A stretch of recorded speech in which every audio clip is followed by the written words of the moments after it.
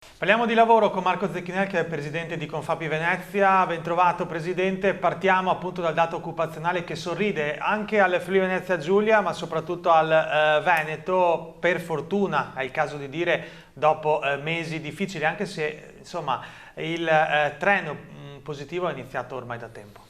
Sì, il trend delle assunzioni si conferma positivo, addirittura per certi aspetti sorprendente. Questi sono gli ultimi dati di Veneto Lavoro usciti nelle scorse ore. Sostanzialmente abbiamo ben 12.500 nuovi posti di lavoro riferiti al mese di giugno e febbraio, il che significa sostanzialmente che è la miglior prestazione da 5 anni a questa parte. Beh, in questo insomma è anche un sinonimo di ripresa, soprattutto in vista dell'estate, ma soprattutto appunto delle note difficoltà. Che cosa ne pensa del tema dell'immigrazione, dei flussi? Se ne parla a livello politico chiaramente a più ampio regime, ma poi insomma il tutto si intreccia anche con il lavoro e l'occupazione. È un tema assolutamente importante e centrale, specie in relazione a quello che questi dati poi dicono leggendoli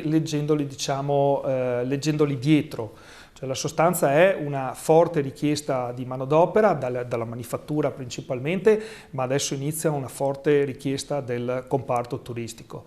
Quindi avremo molte posizioni di lavoro che non potranno essere occupate, alcune perché proprio mancano le persone, altre perché mancano le professionalità. Ovviamente l'Italia è un paese che ha un problema demografico, tecnicamente una piramide demografica invertita, è un paese che invecchia e anche non rapidamente. Non si fanno più figli. Non si fanno più figli, detto in soldoni, e stando agli ultimi dati statistici parliamo di una persona, 3 attiva rispetto a una persona che non lavora. Quindi presto andremo in una situazione in cui avremo un lavoratore per ogni inattivo. Questa è una situazione di totale squilibrio sia per il sistema delle imprese che per tutto il sistema previdenziale e pensionistico. Una soluzione può senz'altro essere rappresentata dai flussi migratori di persone che arrivano dall'estero.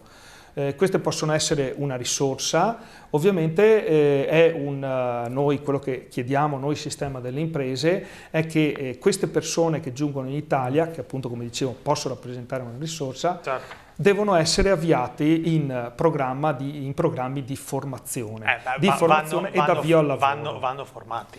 Vanno formati, si parte dalla lingua e noi come Confapi stiamo cominciando un dialogo con tante associazioni di volontari che si occupano dell'insegnamento della lingua a queste persone che sono immigrati e spesso richiedenti asilo. E però l'attività di questi volontari non viene inserita in programmi organizzati. E questo effettivamente è un problema importante perché chiaramente per l'avvio anche a progetti europei come quelli che seguiamo noi è necessaria ovviamente una conoscenza della base della lingua italiana.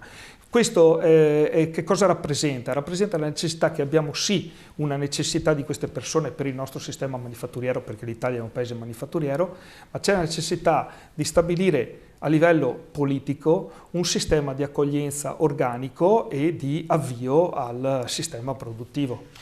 Presidente, la domanda viene anche spontanea, anche perché date alla mano molte persone alcuni lavori non li vogliono fare, anche perché altrimenti non si spiega questa carenza in determinati settori particolari e strategici, pensano per esempio alla ristorazione.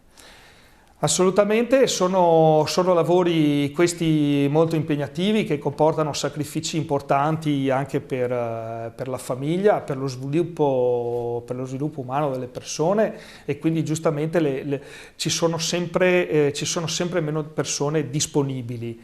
È ovvio che in realtà c'è anche necessità, e quindi questo è l'altro aspetto, di lavori che hanno una necessità di professionalizzazione. Quindi vi è questo mismatch perché rimangono scoperti non solo i posti appunto più poveri dal punto di vista della professionalità, ma anche quelli dove le professionalità servono. Questa è la criticità grande del nostro sistema produttivo che purtroppo non va migliorando. ma anzi nel tempo sta peggiorando. Per cui è importante anche un sistema di scuole.